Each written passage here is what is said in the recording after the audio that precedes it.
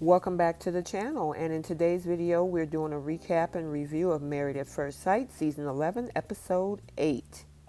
So we're going to start off with our first couple, which is Amelia and Bennett, and they're pretty consistent.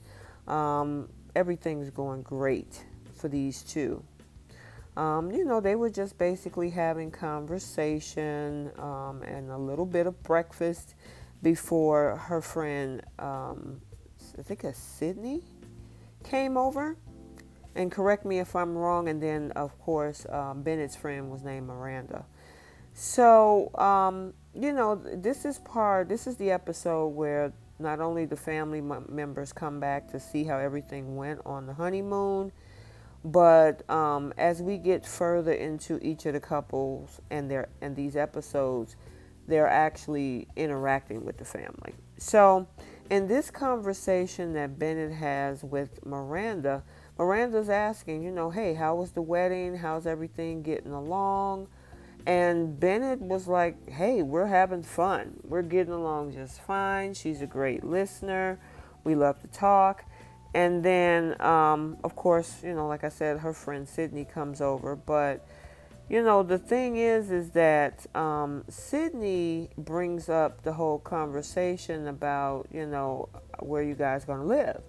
And, of course, Bennett brings in the conversation of her having to do residency and possibly out of state.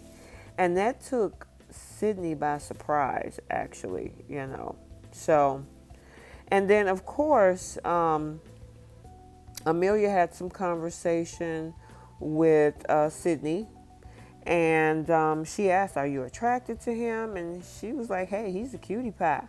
He's fun-loving. He's cool. I like, the fact that he does things around the house. He likes theater.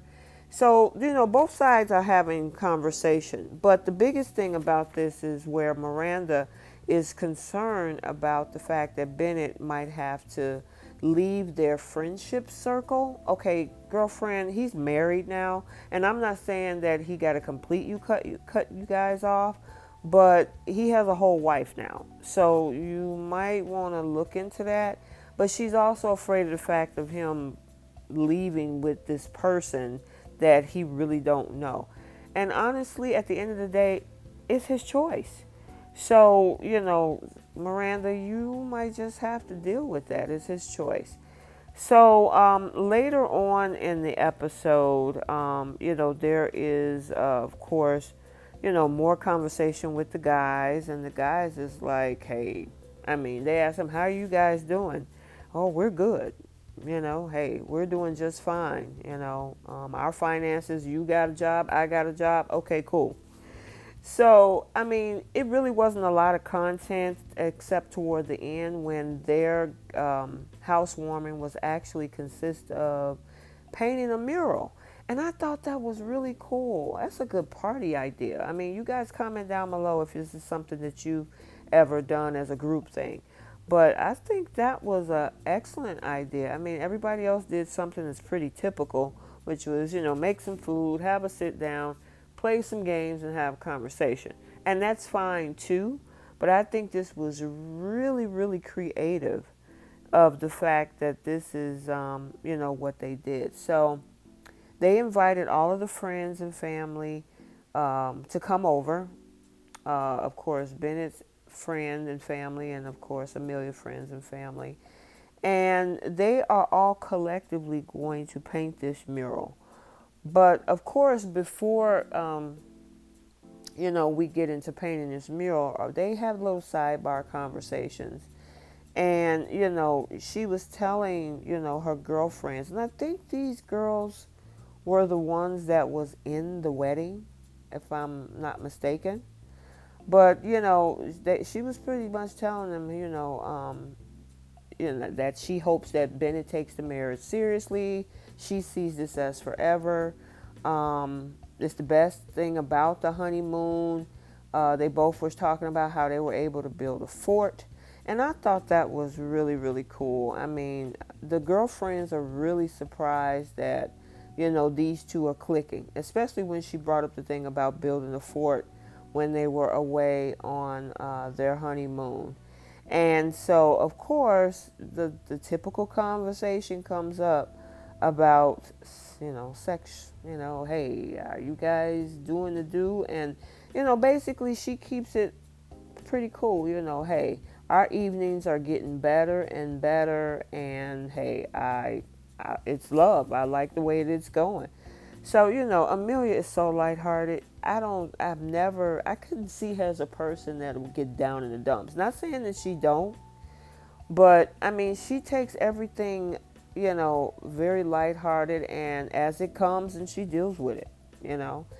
And, they're having a great time. I really love this part of the episode because I thought this was really cool with the fact of them painting this mural. And then, of course, Bennett have some outside conversation with his guy friends, and they're asking him, "Hey, how's everything going?" And Bennett is like, "Hey, we're getting along really great." And it was interesting how he described he's trying to curate who he is, and that he's failing to represent who he is. I didn't understand that. If you guys can understand that, and that kind of shocked the guy, kind of shocked the guys because they're like, okay. But either way, he said he's throwing himself in, being committed. He's confident that everything is going to be fine, and that they enjoy each other, and everything is completely cool.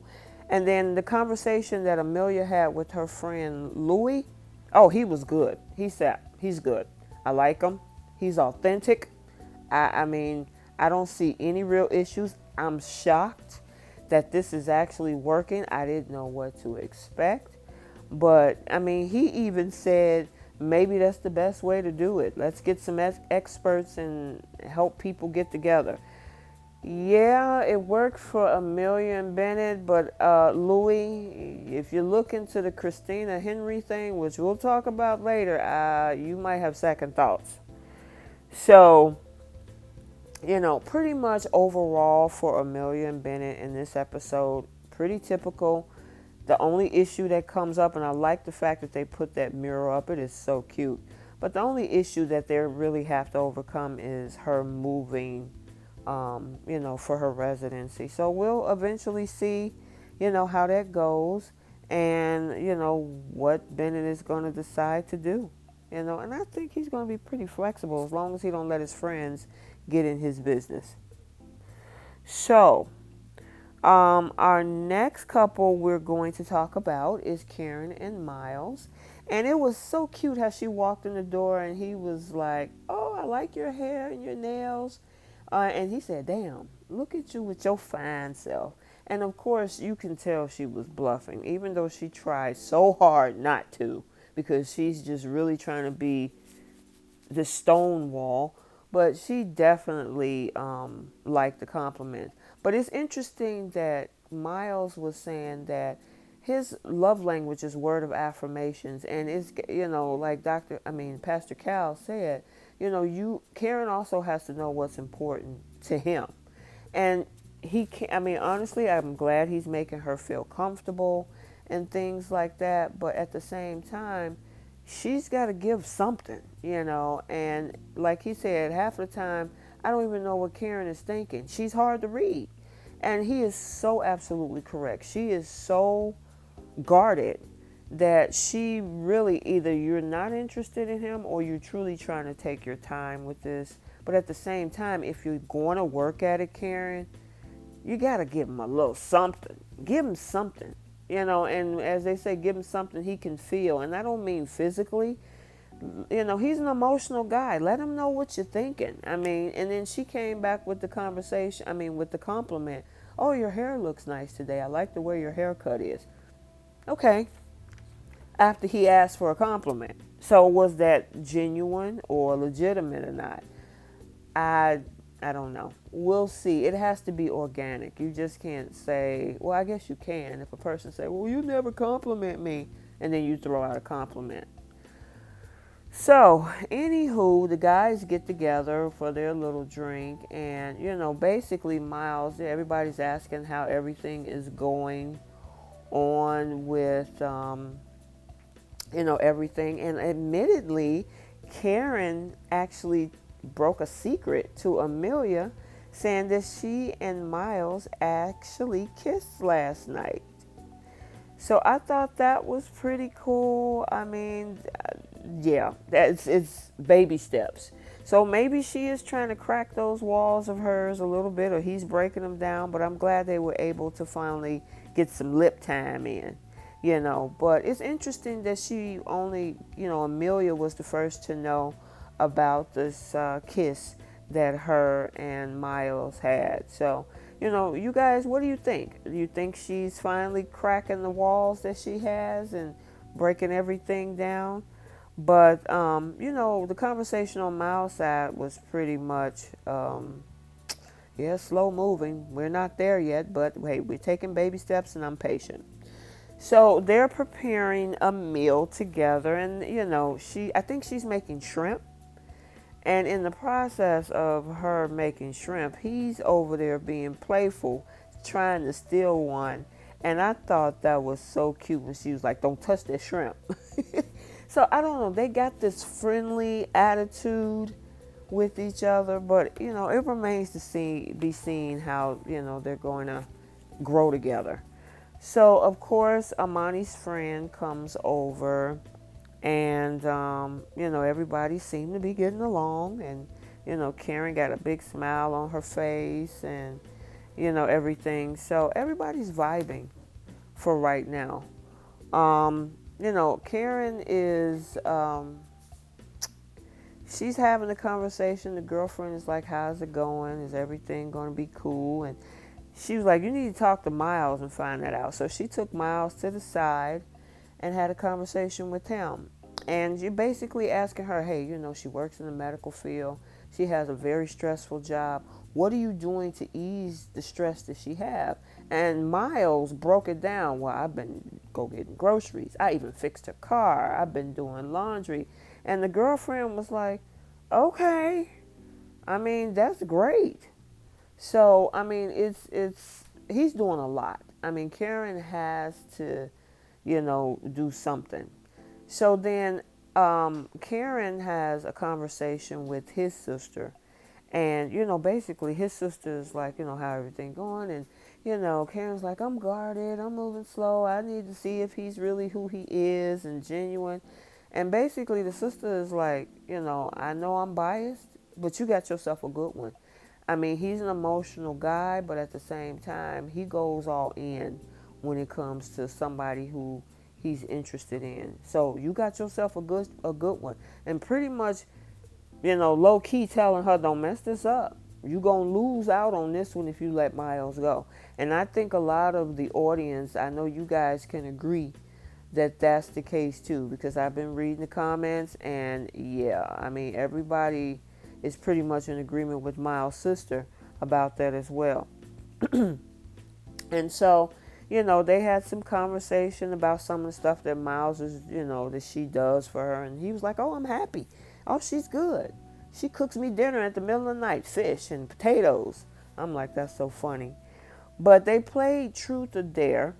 And there's the first dare where Karen was to sit on Miles' lap for the remaining of the game, and she did it. The second dare was for Miles to smell Karen's armpit. I mean, it was funny. It was cute. Okay. And then he actually did it, and she actually let him get that close, which was surprising. But hey, they kissed, so that's a big thing. And then the last one was daring Miles to kiss Karen on the lips. And actually, this is not their first kiss. This is their second one, because we found out there was one the night before. So, I mean, it's pretty interesting to see where they're going to go. So, let's talk about our next couple, which is Olivia and Brett. And so, Olivia had a conversation with her friend Rachel about how's the honeymoon, how's everything going. And of course, Olivia brought up the spat about the rating of the marriage. And, Olivia is like, I don't understand. He thought that was, I think was dehumanizing, and I don't understand. And we have issues about budgets, and he tends to think that everything should be nickel and dime pretty much. And I want to live my life. I make the money, I want to spend it. And basically her friend didn't really take sides. She was like, you guys got to talk this thing out. Communication is the first key, and you guys got to do that. And I like the fact that she stayed neutral and, basically like, hey, y'all got to figure this out. If you guys are going to be married and he has an idea of finances, you have an idea of finances, you guys got to figure that out. And it's the truth. I mean, you can't be I guess she could, but you're single when you were doing that. You're married. So somewhere you guys got to meet in the middle. And so, of course, Brett had his conversation with his friend Anthony. And Anthony asked him as well, how was your honeymoon? And he was like, it was muy caliente, because we went to Mexico. And he was like, well, how were all of the couples together? And, he was like, yeah. And he's like, well, how all that went. And it was interesting, the comment that he made, which was, being with the strangers is no worse than being married to one. I don't know if that was a condescending thought or not. And then to add on, he kind of throws some shade at Pastor Cal, because he said Pastor Cal came over there stirring up, and I'll say stuff, by asking all these questions. And, hey, you're on a fourth date, and he asking about finances and children's and politics. And he said it was forced. So obviously, like he said in one of the previous episodes about, all of this being scripted events, he has some mild issue with this whole process of it all, even though he's trying to work through it. But I don't really think that he's feeling that, And his friend even said, he's a methodical person, and so that's how he is, But, I mean, he had a conversation with the guys, and, like Woody said, dude, so what, your wife make more money than you? You need to get over it. You guys got to figure out how you guys are going to manage this together. This is your wife. And I'm really, I'm understanding the message that Woody is saying. It's like, dude, you need to chill out with the whole thing. Y'all got to work this out and figure it out. So, they got back home, and of course it seems like Brett is a cooker too. So we got some men this season who love to cook. I like seeing that. That is so awesome. And so Olivia actually pulled him to the side and say, hey, I know we talked about working on a budget together. Can we do that right now? And he was like, yeah. So, I mean, she ran down everything. He was, from rent to entertainment to insurance. And he was like, I thought that was so funny.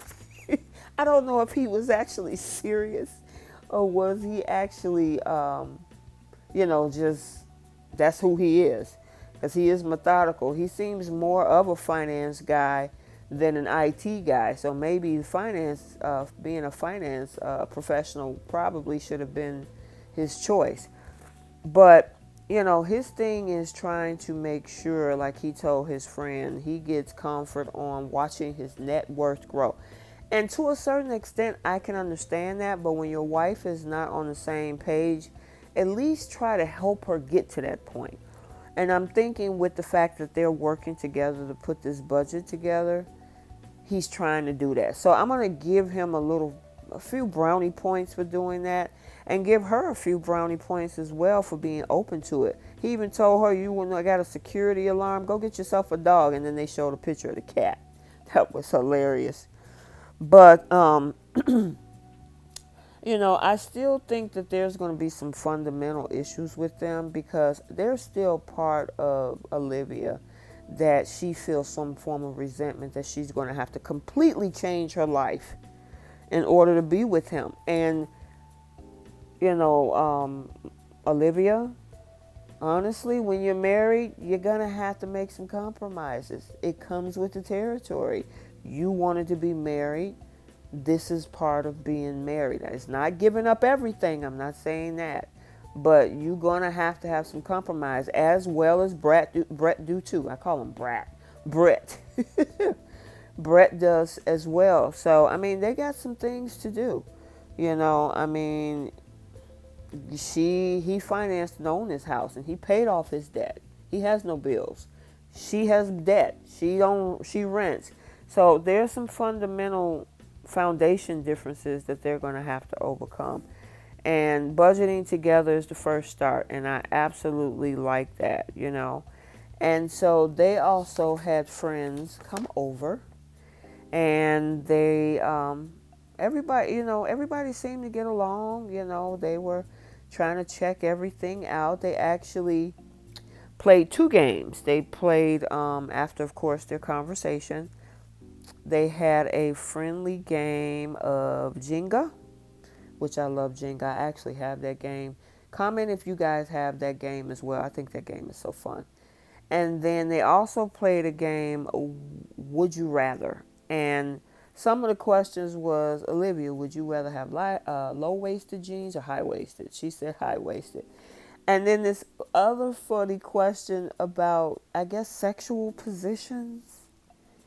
Doggy style or starfish. And neither one of the two of them understood what the heck was starfish until the girl explained it.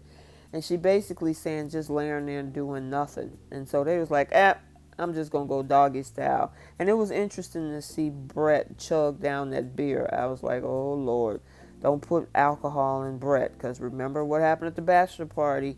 But hopefully they didn't show anything. So I'm hoping that everything would smooth afterward. So, I mean, they looked like they were having a good time. They were actually vibing. I think, honestly, Brett might be open to actually grow with Olivia. Olivia has a wall up in her case, a little different than Karen, that her lifestyle is going to change. And that was evident when she had the conversation with her girlfriend that, the girlfriend was like, he cooks, he seems really sweet, hey, how you guys doing? And she was like, well, we're really different in so many ways. I'm cool as a cucumber, but he's loud and boisterous. You can hear him in the other room, And I mean, we still have a lot to talk about. We haven't been on a date. We've been at home with the cats. I mean, I can be at home with the cats by myself. I wanted to go and do some things and go out and travel. And I don't know if he wants to do that or is able to do that because of his finances. So we'll see what Brett and Olivia is going to do. Let's talk about one of our other favorite couples. And this one is Woody and Amani. Woody got up, hey, babe, you want some breakfast? And she was like, yes. And he was talking about how much he loved Saturday. And I thought it was so sweet that he made them both mimosas. And then he had a surprise for her. He actually bought her some roses that he hid in the refrigerator. And I just think Woody does some of the sweetest things. Between the cooking, he's another one of our guys from the show that actually like to cook. I don't think I've seen maybe Karen cook, but most of the guys in this episode was behind the stove, except for Henry. So, he gave her that bouquet of roses, and oh my gosh, she was blushing, put a smile on her face. And of course, he mentioned the thing about black love and how it's strong and simple and easy and can't be unshaken and unmatched. And he was saying, hiccups will come in our relationship, but as long as we're willing to try, we'll be all right. And I love that approach. I love that. He seems, just by the look in his face, he really, really is feeling Amani. And so is she. My question is he further along than she is? And if he is further along, and they both seem to be connecting so well, and maybe I'm vibing off of the previews of the next episode, which I'm not going to talk about until next week, but I really truly think that, Woody is legitimate. I've been supporting him from day one, even though a lot of folks started out not. Okay, so they were making taco boats, and It was funny how Amani made that little sign, talk about, and it was taco about. I thought that was cute. He was like, I don't get it. But he was making tacos. So not only did he cook the breakfast, but he also cooked the meal for the party. Obviously, that boy loved to cook. And Amani is not complaining. And I don't blame her. So, they got everything ready. I think they're pretty creative too.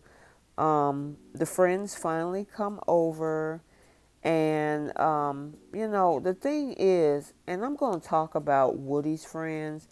I mean, Amani's friends, they was pretty cool, but his guy friends and even the girl, and, they were really shocked. This girl right here, I got some question marks about her. And you guys tell me what you think, because after the whole thing, with them eating and vibing and everything, and Amani has a conversation, but we'll get that. Let's talk about this game, because they were playing the game Never Have I Ever. And whoever was the winner, like if Amani won, she was going to get a full body massage, and if Woody won, he'll get a spa day. So one of the questions, the first question is, never have I ever skinny dipped? And of course, he had to take a notch off. Never have I ever kissed a girl. And of course, Amani didn't, she didn't take a notch off, but naturally, Woody did. Never have I ever taken a shower with my significant other. And of course, they were completely shocked that Amani and Woody did this at the honeymoon. Shock, shock, shock. And then the last question was, never have I ever had a one-night stand. And of course, he lost. Amani wins. She get a full body massage. So they toasted together and they really had a good time. I enjoyed the vibe between both sides of friends and family. Everybody was fun and cohesive. And hey, it was pretty cool. So let's talk about some of the conversations that went down with with Woody's friends. Now, a couple of her girlfriends was in the room, and they didn't have too much to say because they totally get it. And then, of course, he was outside with the guys. And I forgot this guy name with the fair-complected guy. He was like, I'm shocked. Oh, my God, I am just so shocked that you guys, I just can't believe it. I mean, this is not the person that I know. So, and that's what I was saying to a few conversations I've had with other people about Woody. Just because your friends know you in the friend zone, don't know what you could be like in a true relationship you're connected in. And I had this conversation over and over again. No, his friends know him better than anyone. I think Woody know himself better than anyone. And he shocked the mess out of his friends. They were pretty much... They were dumbfounded. And all I could do was laugh because I've been saying this all along. So let's talk about the girls and their conversation. And this young lady right here was pretty interesting because this is one of Woody's female friends. And, of course, she was like, I know the single Woody. I didn't know the married Woody. Who is this dude? And basically, Amani was like, well, tell me more about the single Woody. He was, and what she said, he was free. And I think her name was Nichelle. And she was worried at first about him being ready and being single to jump into marriage. But it only, seeing him married is just, she's shocked. But her facial expression is what got me. It was kind of like, it went from being okay, happy, but kind of like, well, what she got over most of the other girls he talked to, because obviously she's doing something that maybe either herself couldn't do or somebody she know couldn't do, because she seemed really, really, her facial expression said a lot. You guys tell me what you think about Nichelle and how she responded to this whole thing, because she was really shocked. All right, let's talk about this other couple. And this one here is what is our subject for this episode, which is Christina and Henry. I mean, they were hanging a picture together, and honestly, okay, Henry, she's trying, even though she's being annoyed and frustrated, and I know Henry is frustrated with her as well. The thing is, Henry just don't want to talk, and just like the actual topic for this episode is, you know, if you want to leave, pretty much, then just go, because it's not helping the situation. And I mean, she's getting into it with production because she's like, okay, can somebody help me out here? I mean, you giving me a list of stuff to do, but then she's also being annoying herself because of some of the things that she's saying, because when he does ask a question, she gives cold answers. There was one particular scene where, she was basically saying, we're not playing games like we're in fourth grade. We're not playing musical chairs. We're not 4 years old. I should say, not fourth grade. We're not 4 years old. And Henry's saying, you being impatient is a turnoff.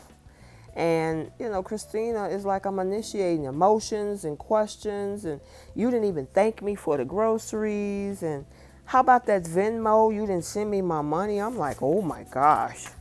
Yeah, this is a train wreck waiting to happen. I mean, but you know what? I'm not even mad at them. The person that I really want to come for is actually Dr. Pepper, because I've said this in the last several episodes.